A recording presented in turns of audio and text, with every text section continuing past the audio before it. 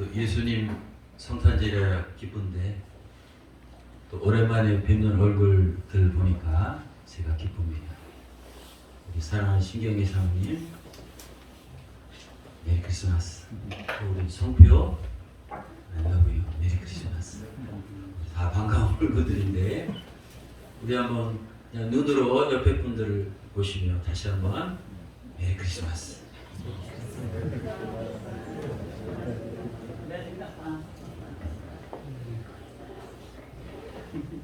여러분, 매년 성탄절에 등장하는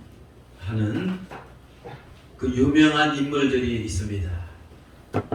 전 1년 동안 이 설교를 쭉 하는데 특별히 12월에 이 성탄절 설교를 준비할 때가 가장 기쁘고 또 성탄절 설교를 할 때 제 마음이 너무 즐겁습니다. 어찌그런지 모르겠습니다. 1월부터 12월까지 매번 설교를 하지만 이 성탄절 설교를 할 때는 다른 때와는 다른 그 하나님의 은혜가 주시는 것 같습니다. 2000년 전에 성탄절에 임했던 그 하나님의 깊고 오묘하고 신비하고 놀라운 은혜가 오늘 말씀을 전하는 저나 또 성탄절 예배를 드리는 우리 사랑하는 성도 여러분들의 심령 속에 고스란히 임하시기를 주님의 이름으로 축원합니다. 아멘. 우리가 성탄절에 등장하는 유명한 인물들이 있는데요.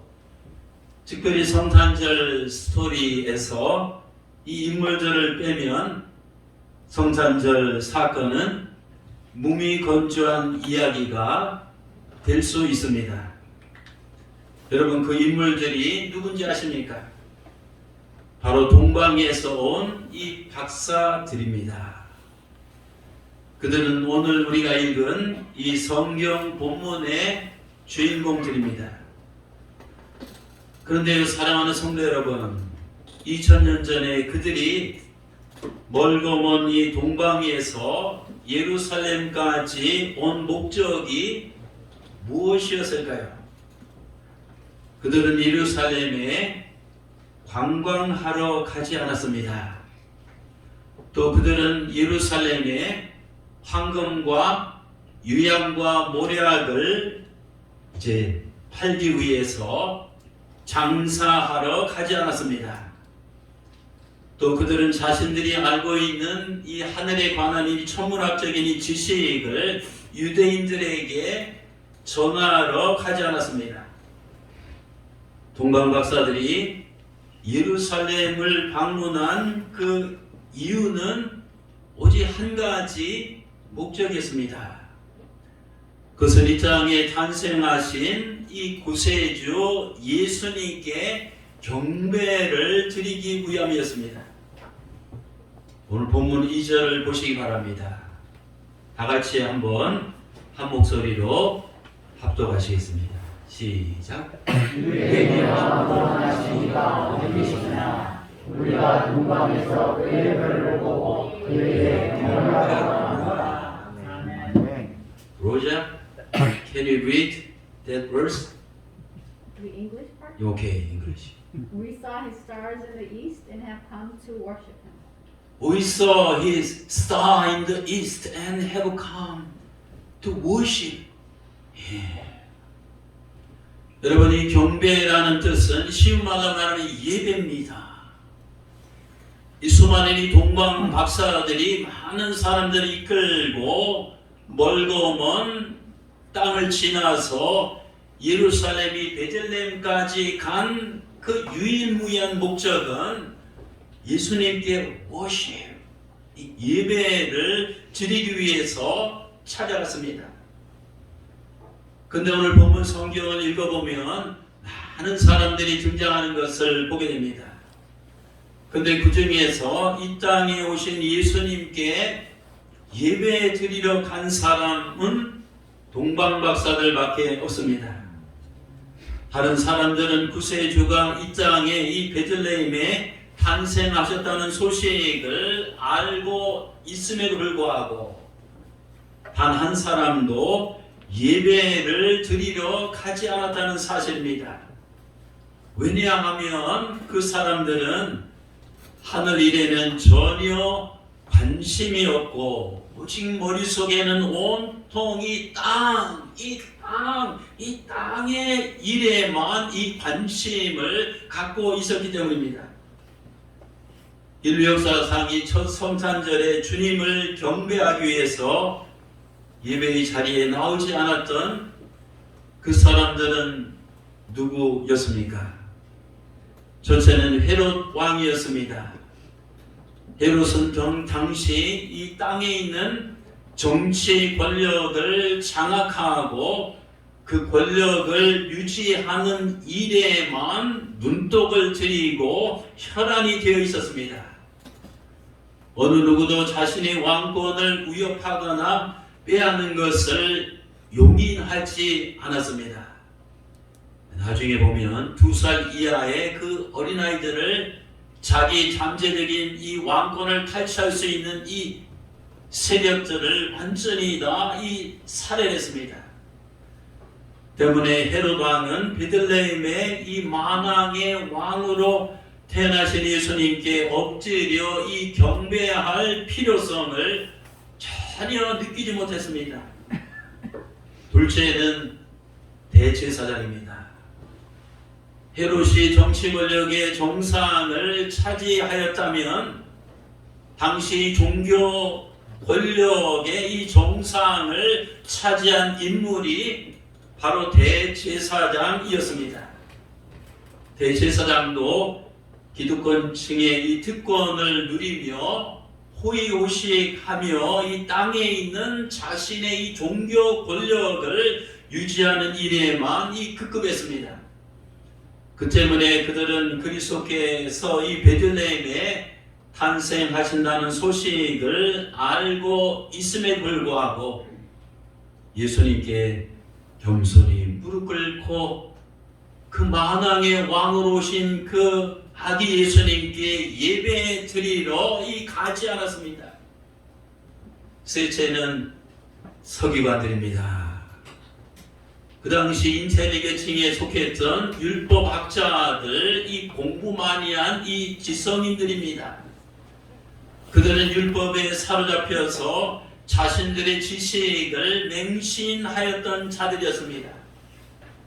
그들은 머릿속으로는 이 그리스도께서 베들레헴에 탄생하신다는 사실을 인식하고 있었지만은 이 마음, 이 심령에는 이 그리스도를 받아들이지 못했습니다.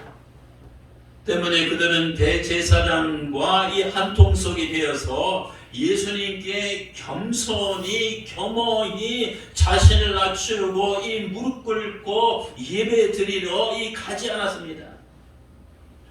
넷째는 예루살렘에 살던 이 유대인들이었습니다. 오늘 본문 2절과 3절을 다시 한번 보시기 바랍니다.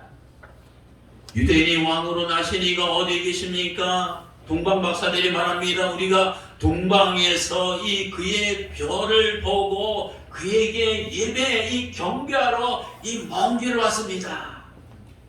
헤롯 왕은 이 말을 듣고 당황했습니다. 또 예루살렘 유대인들도 그와 함께 당황하더라.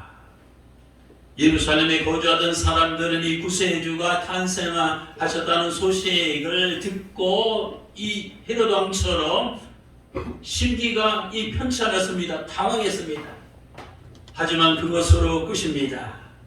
그들의 관심사는 이 땅의 일이었지 이 하늘의 일은 아니었습니다.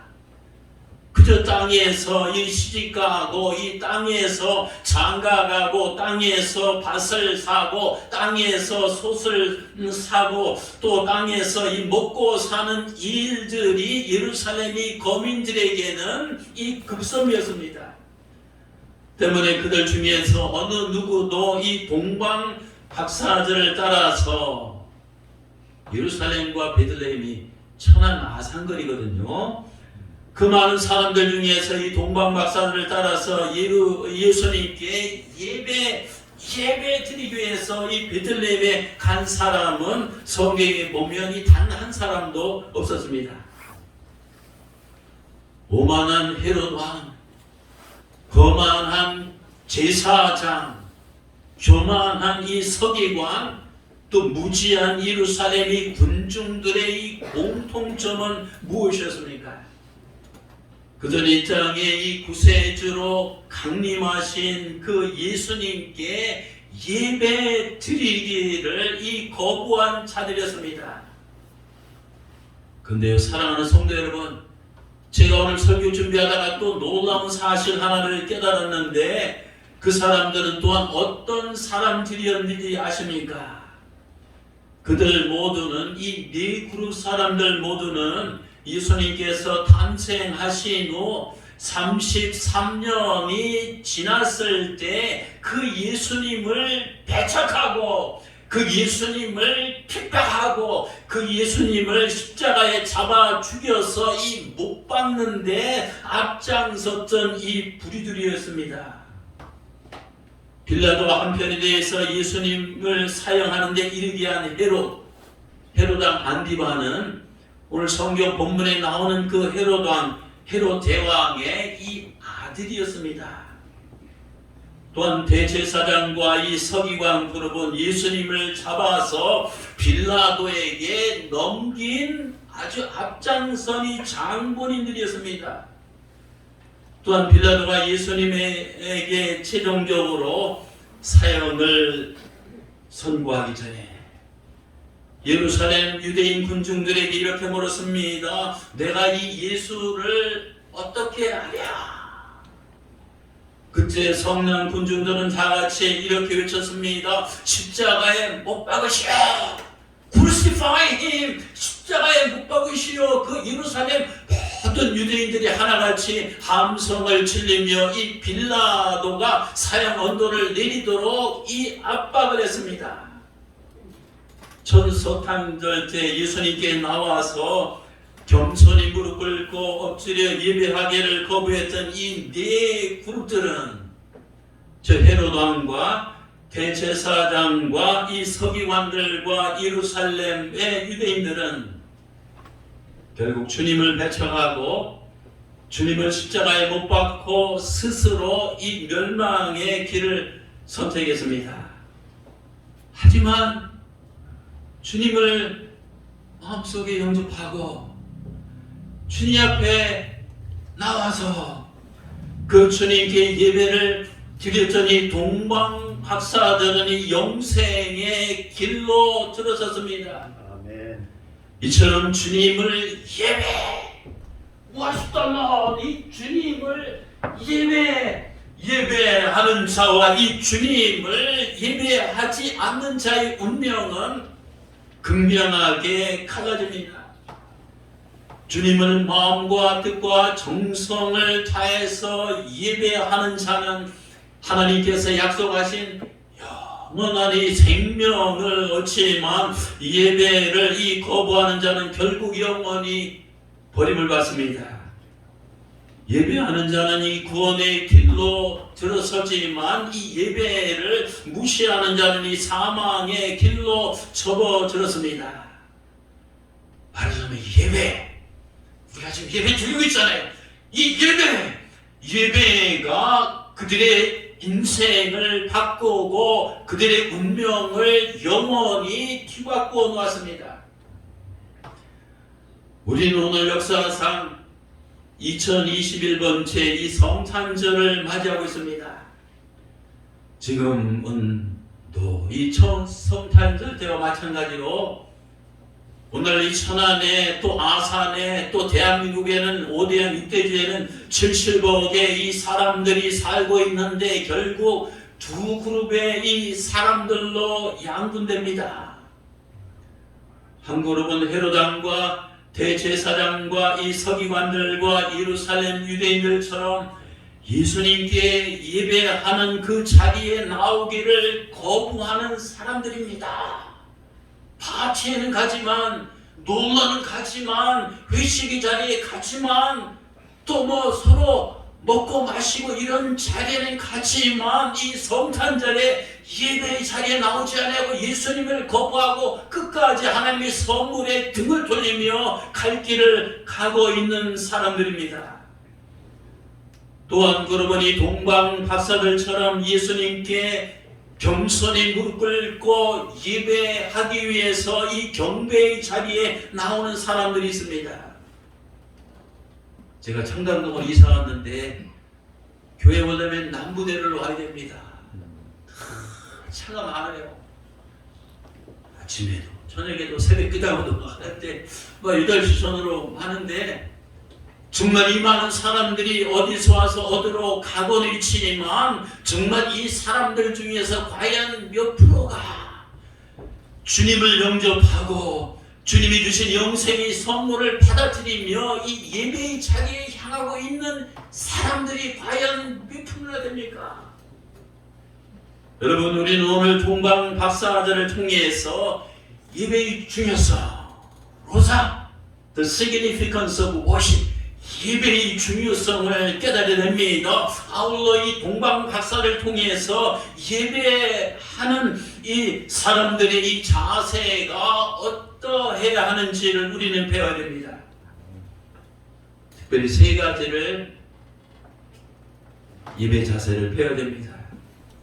전체 동방 박사들은 자신이 예배하는 그 대상이 누구인지 정확히 알고 있었습니다. 2절입니다. 유대인의 왕으로, the king of the kings, 이 유대인의 왕으로 나신 이가 어디 있습니까? 그렇습니다. 그들은 성탄절에 탄생하신 아기 예수님이 만왕의 왕으로, 구세주로, 이 메시아로 이 땅에 오신 것을 분명하게 알고 그분께 이 경배를 드렸습니다. 사랑하는 성도 여러분, 성탄절의 동정녀 마리아의 몸을 통해서 성육신하신 예수 그리스도는 누구십니까? 빌립보서 2장 6절에서 11절입니다. 그는 근본 하나님의 본체시나 하나님이시나 하나님과 동등됨을 취할 것으로 여기지 아니하시고 오히려 자기를 비워 이 종의 형체를 가지사 육신을 가진 이 죄인들과 같이 사람들과 같이 되셨고 사람의 모양으로 나타나사 자기를 낮추시고 결국은 죽기까지 복종하셨으니 그 십자가에 죽으심이라. 이러므로 하나님이 그를 지극히 높여 모든 이름 위에 뛰어난 이름을 주사 하늘에 있는 자들과 이 땅에 있는 자들과 땅 아래 있는 자들, 지옥에 있는 자들, 또 모든 이 무릎을 예수 이름으로 꿇게 하시며, 즉 예수님 앞에 무릎 꿇고 예배하게 하시며 모든 입으로 예수 그리스도를 주라 시인하여 하나님 아버지께 영광을 돌리게 하셨느니라. 여러분, 이 엄청난 만물에 우리가 주님이라고 시인하고 찬양하고 고백하고 예배드릴 대상은 오직 예수 그리스도 한 분밖에 없습니다. 아멘. 여러분, 예수님이 누구인지 분명히 알고 확실하게 믿지 못하는 자는 헤롯과 제사장들과 서기관들과 예루살렘 군중들처럼 예수님 앞에 무릎 꿇고 예배할 수 없습니다. 하지만 그 예수님이 누구인지 정확하게 적확하게 알고 확신 있게 믿는 자는 이 동방 박사들처럼 예수님 앞에 무릎을 꿇고 몸과 마음과 정성과 생명을 다해서 주님 고토님으로 또 감사와 기쁜 마음으로 예배할 수가 있습니다. 둘째, 동방 박사들은 주님께 예배 드리기 위해서 먼 길을 마다하지 않고 달려왔습니다. 당시에 그들의 고향으로 추정되는 이 페르시아로부터 예루살렘이 베들레헴까지는 성서 고고학자들의 증언에 의하면 2000km나 되는 아주 먼 거리였습니다. 비행기 타고 가다 한참 갑니다. 근데 그들은 그 엄청난 이 먼 거리를 이 가는 도중에 얼마나 많은 어려움이 있었겠습니까? 그들의 길은 관광길도 아니고 고행길도 여행길이 아니라 글자 그대로 이 고행길이었습니다. 노벨 문학상을 타고 또 유명한 시인인 이 T.S. 엘리엇은 기독교로 회심한 후에 이 동방박사들의 여행이라는 이 의미심장한 성탄 시를 썼습니다. 그 일부를 소개합니다.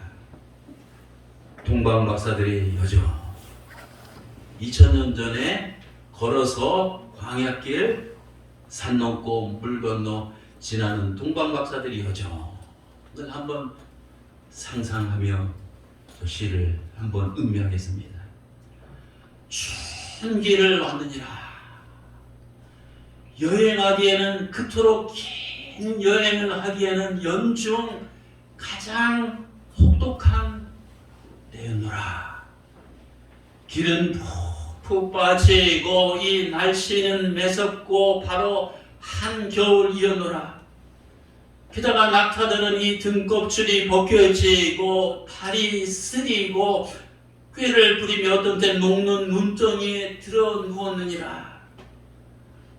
언덕 위에 여름 별장과 노래와 맛있는 과일집을 나르는 비단 못 입은 처녀들을 내가 힘들 때마다 못내 아쉬워한 때도 있었느니라. 그때 낙타모는 사람들은 욕하고 투덜대고 또 달아나고 술과 계집을 요구하고 밤불은 꺼졌는데 잠잘 곳은 없고 도시는 적대적이고 작은 마을은 불친절하고 초락은 더럽고 바가지 비싼 값을 요구하고 실로 우리는 이 고생이 많았느니라. 결국 우리는 밤을 새워 가기로 하고 토막잠을 잤건만 우리 귀천에서는 이 노래하듯 이 모든 이 어리석은 이 지실하고 속삭이는 소리가 떠나지 않았느니라. 그렇습니다. 이 동방박사들은 이런 어려움들을 극복하면서 산 넘고 물 넘어 이 광야를 지나서 베들레헴까지 갔습니다. 여러분, 그들이 이런 이 고행이라는 이 긴 여정을 출발하면서 어떤 결심을 했습니까? 모든 삶의 업무와 일정을 다 100% 뒤로 했습니다. 또 정든 집과 이 따뜻한 이 가족도 뒤로 했습니다. 또 개인의 취미, 골프 치고 놀려하고 무시고 이 개인의 취미 활동이나 휴식도 완전히 뒤로 했습니다. 오직 예배! 오직 예배! 오직 예배! 오직 그 예배 하나만을 위해서 구세주께 경배하기 위해서 이 모든 스케줄, 모든 좋아하는 것, 편하는 것 다 뒤로 던지고 이 멀고 먼 이 여행길을, 이 고행길을 떠났습니다. 그들은 주님께 예배하고자 하는 이 열망이 너무나도 크고 간절해서 2000km 이상 가는 거리가 문제가 되지 않았습니다. 자기 바쁜 일들도 문제가 되지 않았습니다. 자신의 이 건강 컨디션도 문제가 되지 않았습니다. 이런 핑계 저런 변명들이 주님께 예배하러 가는 길을 결코 막지 못했습니다. 좌우지간 예배를 사모하는 이 경배를 하고 싶은 그들의 이 갈망이, 그들의 뜨거운 열정이 이 모든 것들을 다 삼켜버렸습니다. 요즘 인터넷 시대에 우리는 안타까운 것은 예배의 소중함과 이 간절함을 이 상실해 가고 있습니다. 여러분, 예배가 우리 인생에서 프라이어리티 가장 우선순위가 돼야 함에도 불구하고 예배가 갈수록 우리 삶의 구석으로 끄트머리로 우선순위 1번에서 10번이라면 9번, 10번으로 밀려가는 모습을 보게 됩니다. 게다가 갈수록 예배의 그 원형, 이 참모습, 하나님이 기대하시고 원하시는 그 오리지널한 순수한 예배의 모습이 점점 퇴색하고 점점 사라져가고 있는 것을 보게 됩니다. 언제부터 우리 예배가 그저 눈으로 보는 예배, 동영상 보잖아요. 그저 귀로 딴짓하며 딴 생각하면서 듣는 예배, 그저 편안히 소파에 앉아서 머리로 감상하는 예배, 그저 손가락을 클릭하며 드리는 이 손가락 예배가 되어가고 있습니다. 여러분, 이것은 우리 하나님께서 이 받으시는 이 진정한 오리지널 이 성경적인 예배가 아닙니다. 근데 우리는 갈수록 이 주님께 예배 드리는 것을 힘들어하고 있지 않습니까? 설교가 5분만 10분만 길어도 막 온몸이 막 견디지 못하지 않습니까? 또 예배 드리는 것을 귀찮아하고 있지 않습니까? 또 예배 시간에 이 무덤덤하지 않습니까? 무덤덤. 말씀을 들어도, 찬양을 해도, 기도해도 뭔가 이 감각이 없는 이 죽은 이 병든 예배를 드리고 있지 않습니까? 그럴 때마다 우리는 오늘 성경 본문에 나온 이 동방박사들을 바라보며 무엇보다도 예배의 열정, 조석환 하나님의 아들, 송민경 하나님의 아들, 남숙 하나님의 딸, 우리 모두 이 예배의 열정, 이 예배의 사모함, 예배의 중요성, 예배의 이 지상 명령을 우리가 기억하며 동방박사들과 같은 예배를 드리시기를 주님의 이름으로 축원합니다. 마지막 세 번째, 동방박사들은 예배를 드리면서 빈손으로 오지 않았습니다. 정성을 다해서 예물을 준비했습니다. 황금과 비싼 겁니다. 유향 비싼 겁니다. 모략 비싼 겁니다. 정성을 다해서 이 주님 앞에 예물로 드렸습니다.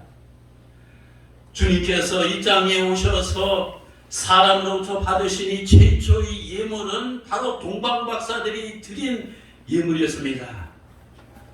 동방박사들은 최고의 주님께 최상의 예물을 최선을 다해서 최대한 그런 이 마음으로 드렸습니다.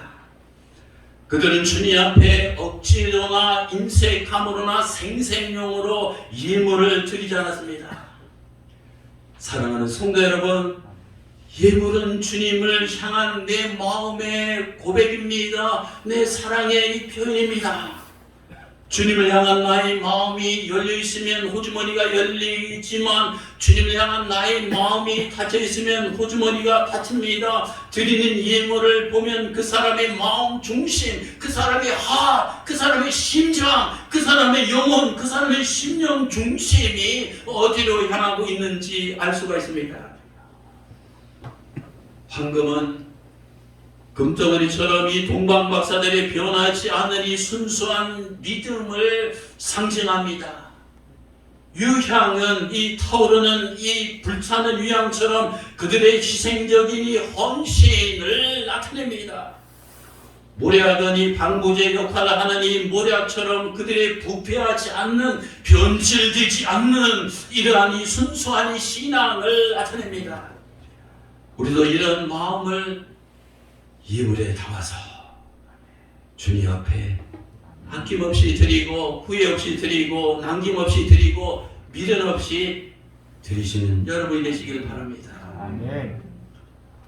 오늘도 하나님께서는 동방박사들처럼 신령과 진정으로 예배하는 자를 찾고 계십니다. 오늘은 크리스마스입니다. 크리스마스의 뜻이 뭔지 아십니까? Christ 라는 말과 그리스도라는 말과 마스는 캐톨릭의 미사라고 하죠. 예배입니다. 크리스마스는 크라이스트와 예배라는 말의 합성입니다. 크리스마스는 이 땅에 인류를 구원하시기 위해서 오신 그리스도를 기쁨과 이 감사하는 마음으로 중심을 다해서 예배하는 영적인 절기입니다. 우리 모두 이번 크리스마스를 동방박사를처럼 예배하며 경배와 찬양을 올려드리시기를 주님의 이름으로 축원합니다. 아멘. 기도하시겠습니다. 우리 오늘 말씀을 들으시고